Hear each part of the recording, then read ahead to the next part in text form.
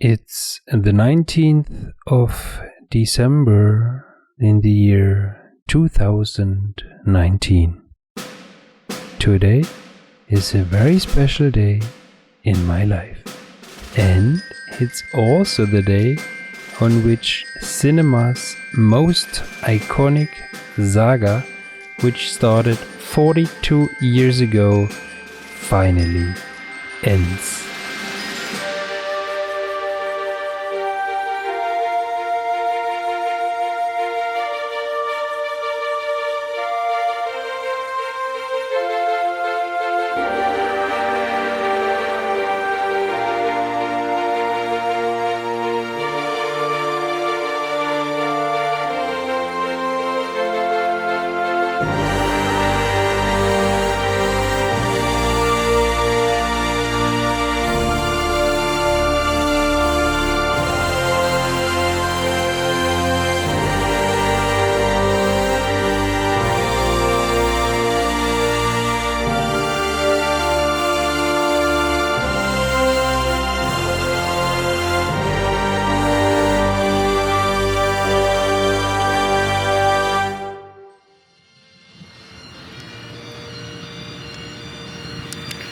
Okay, here we go. It's 3 o'clock in the morning and wow, this was the final episode of the Skywalker saga. Okay. Well, okay, first of all, what is this video about, okay? In this video, I will not give any information about the plot, okay? Not on a high level, not on a low level. At least I try, but I think I will be able to do this. I was taking notes in the cinema the whole time that I don't forget to talk about anything. Actually, I have the feeling I have to watch it again because, yeah, lots of information in the movie. I think I didn't get everything, but anyway, although I will give not plot information, of course I will give my opinion. I didn't watch YouTube. I mean, okay, I watched YouTube, but I skipped any video about Star Wars in the last 2 weeks because I didn't want to get any information, no nothing. I wanted to see the movie totally fresh, without any opinion, without any information before. So yeah, you can decide whether you still want to watch the video. By the way, I have sneaked in Horstel. Hello! Is it sneaked or is it snuck? Or snoked? Snoke? Huh? Star Wars joke. I snoke in Horstel. Yeah, because actually I didn't want to pay for him. I mean, he can sit on my lap, right? And well, Horstel is very critical, okay? I mean, I'm just a fan. I can live with lots of stuff, okay? But Horstel is he has no mercy, okay? Good. So he will add some information if I forget something. Good. I will start with minor things, okay? And the further the video goes on, the big heavy stuff is coming, okay? So let's start light. Okay, I started to make notes, which is actually mean. I started to make notes about all the flaws, okay? About all the ridiculous mistakes, like that they use like a lightsaber as a torch. And it doesn't even make noise in that scene. And I cannot remember that the engines of all the starships that they make like fume in the universe. But maybe I'm wrong. But I soon stopped with these details because, well, okay, it's just not important. I'm sure there will be lots of videos like 100 things wrong with the Rise of Skywalker, so they can make all of these details. Now let's really start with the important information. I want to start with the title, okay? The Rise of Skywalker, okay? So of course this is a title to raise attention, okay? Wow, what does Rey has to do with Skywalker? Well, they give an explanation about, well, yeah, but okay, I don't really like the explanation, but at least they address it. So for me, this is still a little like a clickbaity title, but it's okay, it's okay. The next point I want to address was all the outrage which was about The Last Jedi, episode 8. And I have the feeling that J.J. Abrams took lots of criticism like in advance, you know what I mean? Like they were addressing stuff in the movie themselves before like outraged people could address them on social media or whatever. One of the major things that people were totally pissed off was that Rey is supposed to be a Mary Sue, okay? She can does everything, blah blah. And they addressed it in this movie also. Which means Rey makes a major mistake. Okay, of course I don't tell what and so on. But this was like, I saw the scene and I thought like, okay, this was for the people who don't like Mary Sue's. Ha, yeah, but it didn't have consequences. Yes, you're right. So, J.J. Abrams didn't have the balls to let her make a really bad move or whatever. Anyway. Okay, let's come to the next point. What I really liked was the let's say, all the innuendos which they used to remember to the old movies, okay? And J.J. Abrams, especially, he really connected to his last movie, the 7, the Force Awakens, which I really liked because it was even like, yeah, it was nice because also a Yoda thing was a little bit. It was. I liked that one, and there was a huge middle finger to Rian Johnson, and I was really laughing at this moment in the cinema. It was just, yeah, it was good. Basically, while I was watching the movie, I was thinking,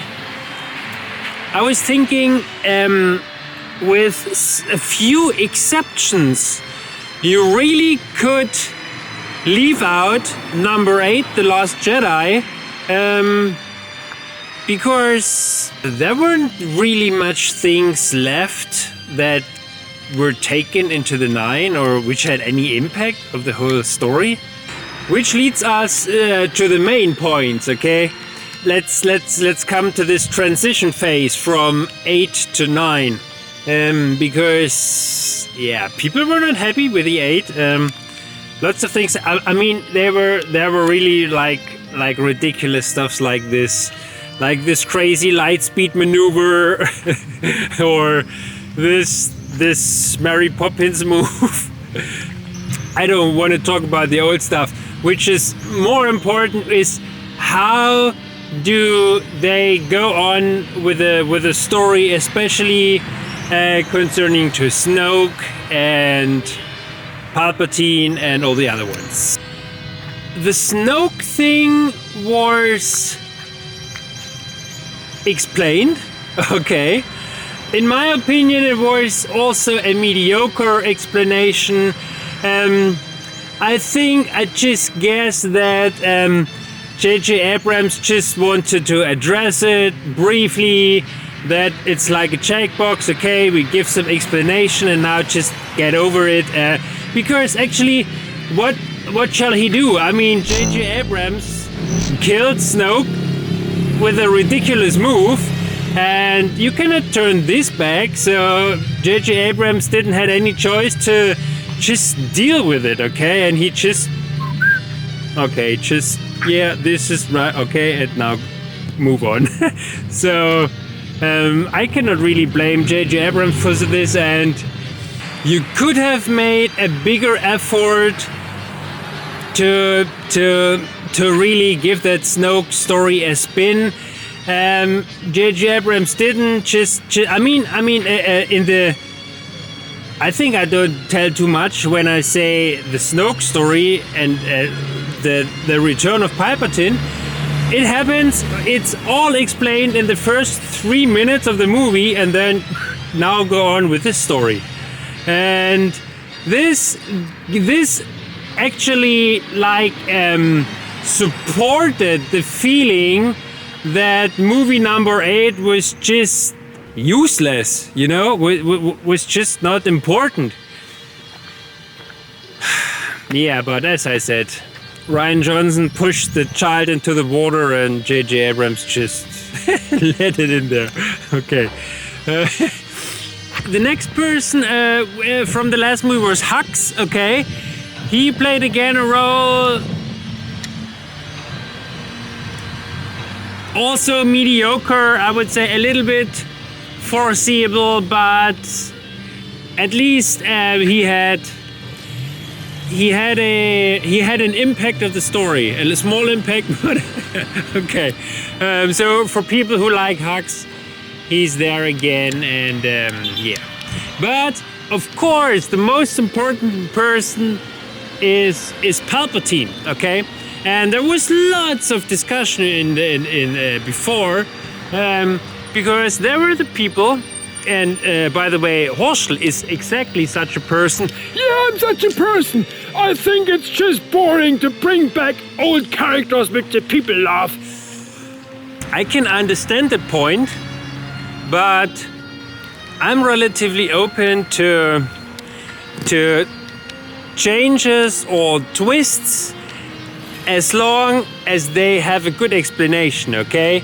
They must add to the story, they must be plausible, and the reason why they did it must be explained well, okay? And when I heard that Palpatine returns, actually I felt happy, because first of all, it's a beloved character, okay? Everybody loves. It's weird, like everybody loves like the most evil person in the universe, whatever. And the first thing what I do when I hear of such plot twists is like, oh, that's a bold move. Let's see how they explain it. So it's not like that I totally confront. No. I just say, okay, let's wait. I think they have a good explanation. I mean, they should have, okay? And the question was, of course, not only what is his storyline? The question is also, how did he survive? Okay? Because George Lucas, personally, he said Palpatine is dead. Okay? He said this many years ago. And I was like waiting for, okay, tell me, how did he do it? And guess what? There was no explanation. I mean, maybe I was just doing some notes in my phone from the previous scene and I missed it. But actually, I cannot remember that they explained it, how he did survive. I mean, they were talking. I mean, other people were talking in the movie how he could have done it.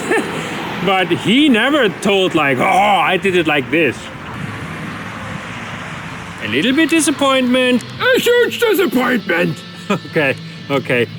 But the story of Palpatine, I must say, wow.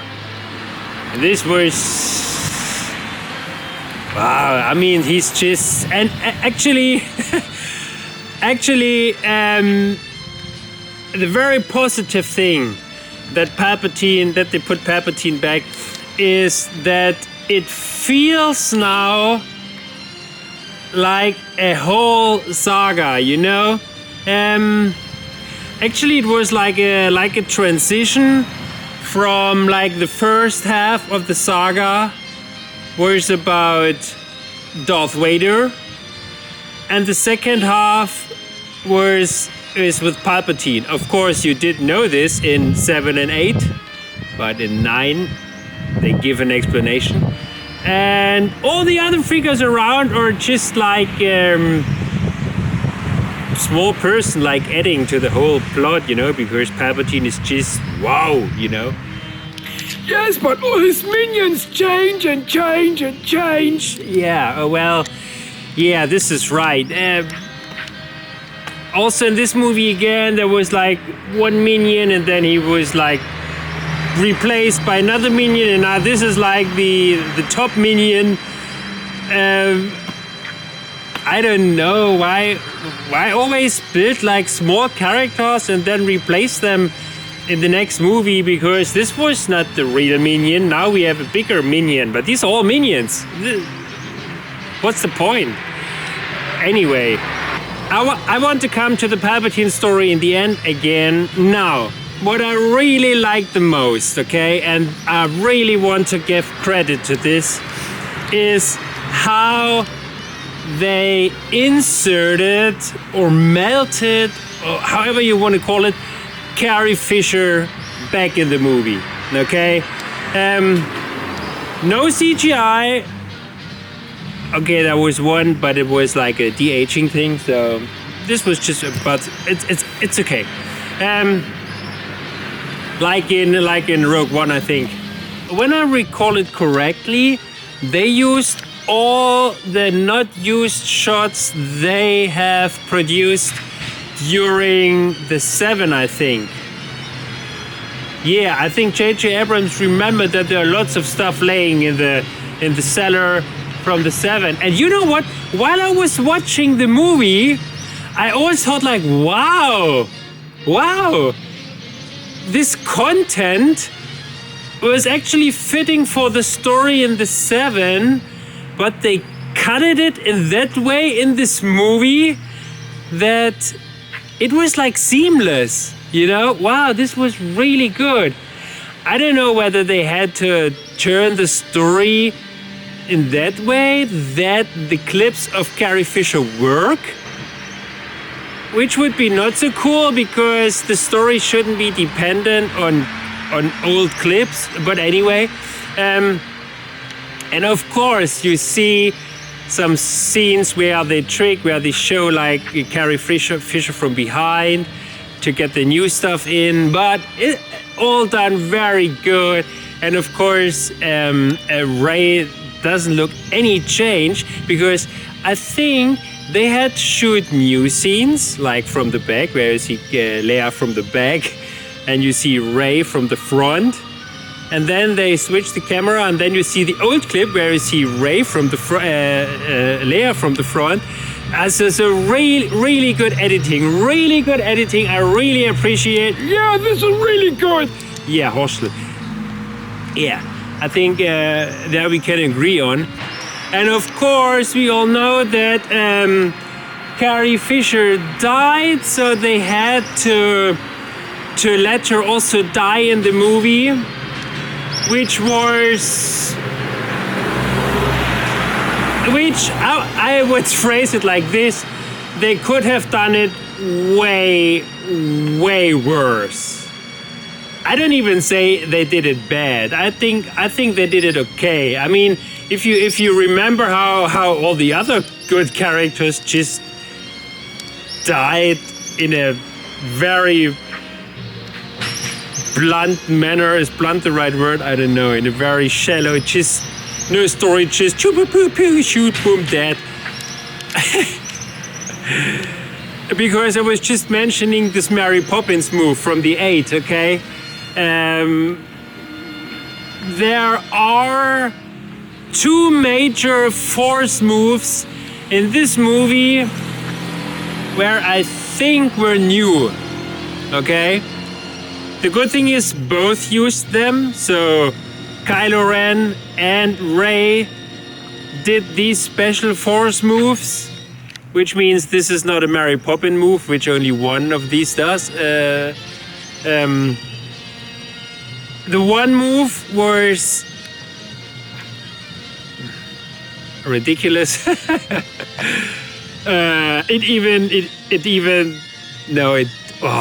This was not good. But actually, it was necessary because how can I frame this without giving away too much?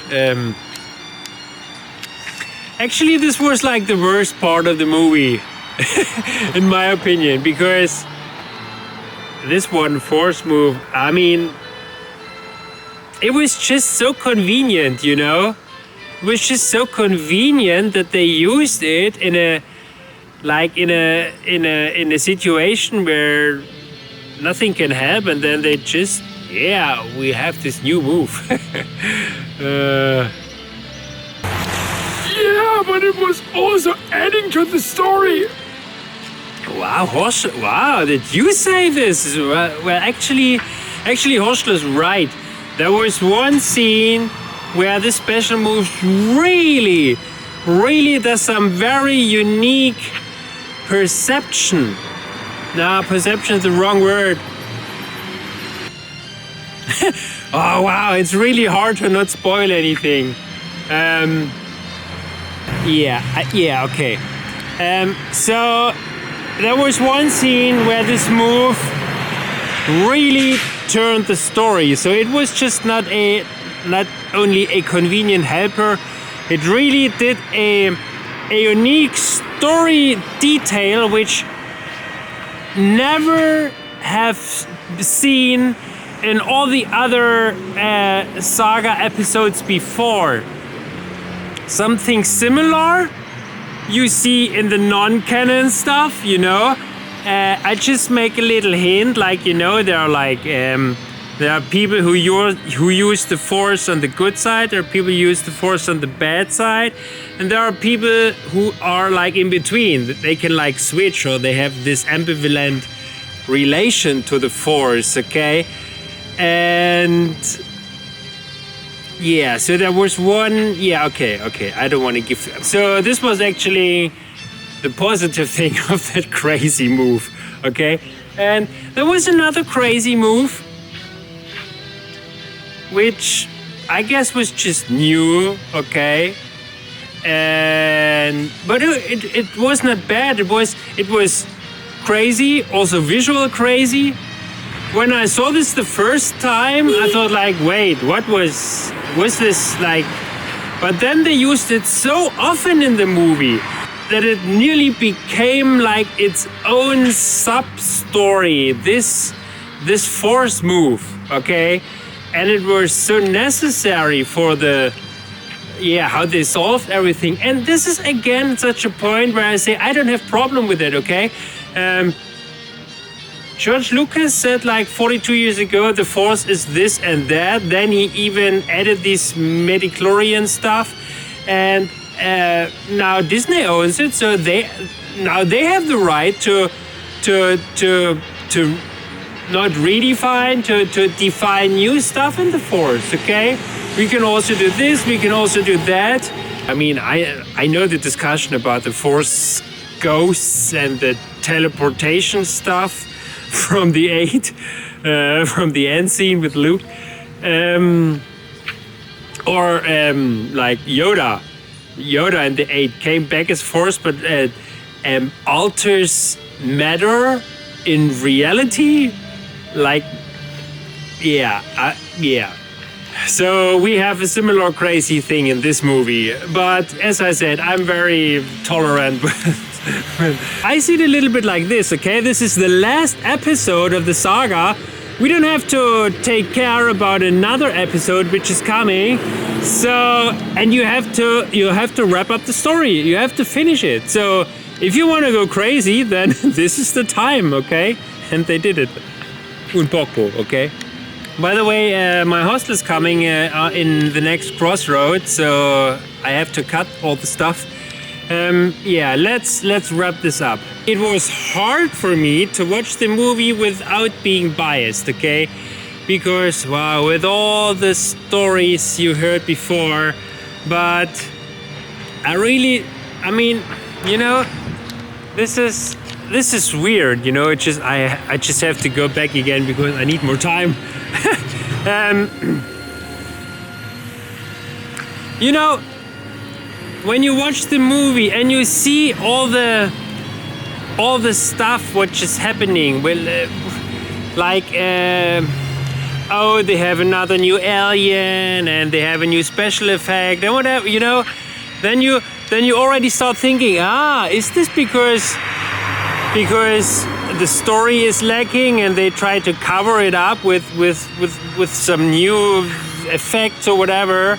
So it's really hard to watch the movie not biased, okay? But I really forced myself. Me too! Yeah. But you know what?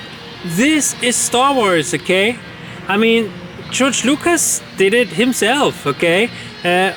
You will always see new aliens at any dancing party, and they don't contribute anything to the story. But yeah, this is what it's also part of Star Wars, you know? Same right for all the directors. Yeah, right. I wanted to come back before I wrap everything up. I wanted to come back about the Palpatine storyline. Again, about this was lots of rumors about will Palpatine, of course, has to fight against Rey or whatever. J.J. Abrams found a solution, of course. Again, a relatively convenient solution, but it was okay. Okay, I think it could have done much worse, so I'm okay with that one. Which brings me back to the whole story, okay? J.J. Abrams had the task to finalize the saga, which he said finalizing is always the hardest part. And I must say, now here's my final conclusion, the story was good, okay? And you know what? I totally don't give a, you know, about how many tries they needed, okay? Of course, there was lots of bad writing and lots of reshoots and 4 different endings and catastrophe, whatever, and time delay, and wow, so many things go wrong. And you know what? J.J. Abrams shall this clarify with Disney added. For me, the most important thing is how is the final version, which is in cinema now. And you know what? I like it. I found my peace with Star Wars again. Especially when you take into consideration, by the way, I'm at my hostel right now, I must wrap this thing up. Especially when you take into consideration how many mess J.J. Abrams had to wipe up, which Rian Johnson left behind, okay? So my conclusion is J.J. Abrams did the best out of what he found, what other people left behind, and yeah. Oh I forgot the storyline of Rey's parents. Yeah, no, nothing about Rey's parents. Now, of course. Very interesting idea. Again, a little bit convenient, but necessary for the story. And of course, you can question it away. How exactly did this happen? You know, but yeah, it was good.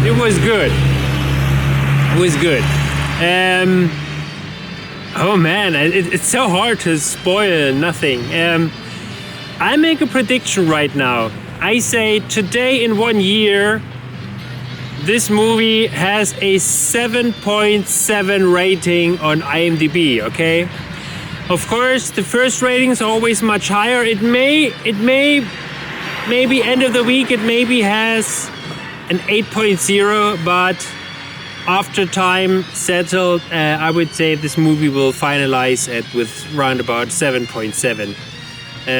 You can nail me on that. Do you say nail? Whatever. Yeah. I have a bonus feature, okay? Oh man, this was good. There was one sound effect in the movie. I was sitting in my chair and what was this? I even had the feeling that the sound system of the cinema broke.